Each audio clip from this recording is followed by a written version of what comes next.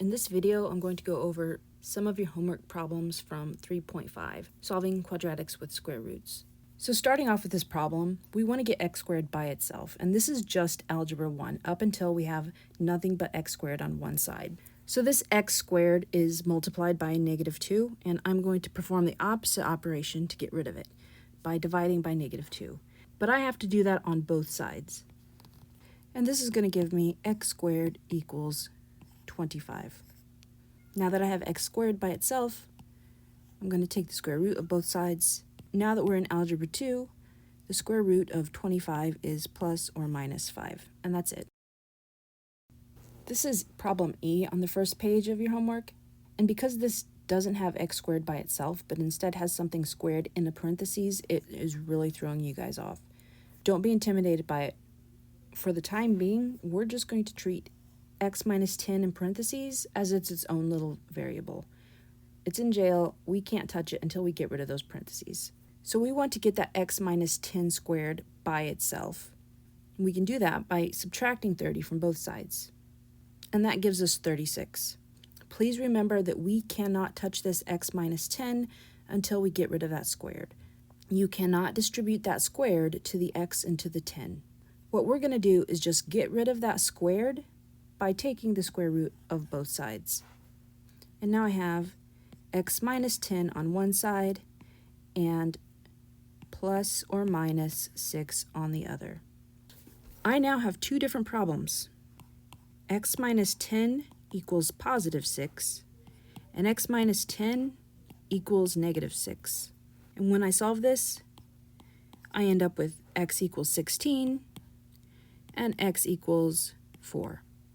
Do not put a plus or minus on either of these answers because your plus or minus was dealt with when we separated these into plus 6 or minus 6. This is the first problem on the back side of the paper, and it's similar to the one we just did, except a little less complicated because there's nothing being added or subtracted after the parentheses on the left side. I'm going to start by taking the square root of both sides. And on this side, it just leaves me with x plus 2. And on this side, I have plus or minus 12. I now have two different equations that I have to solve. X plus 2 equals positive 12, and x plus 2 equals negative 12. I just subtract 2 from both sides, and I'm left with x equals 10 and x equals negative 14. This is the fourth problem in the first section on the back page. We're going to start by taking the square root of both sides, and that leaves me with x plus 5 on the left and plus or minus 6 on the right. I now have two equations to solve. X plus 5 equals positive 6, and x plus 5 equals negative 6.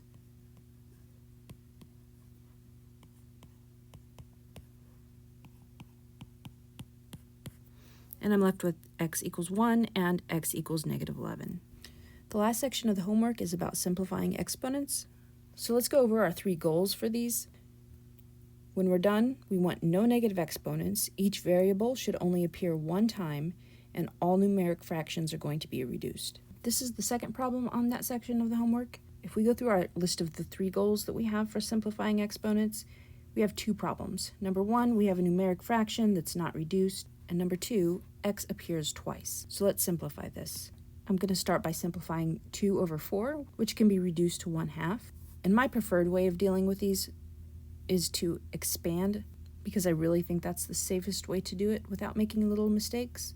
So I'm going to turn x squared into x times x, and xy stays the way it is.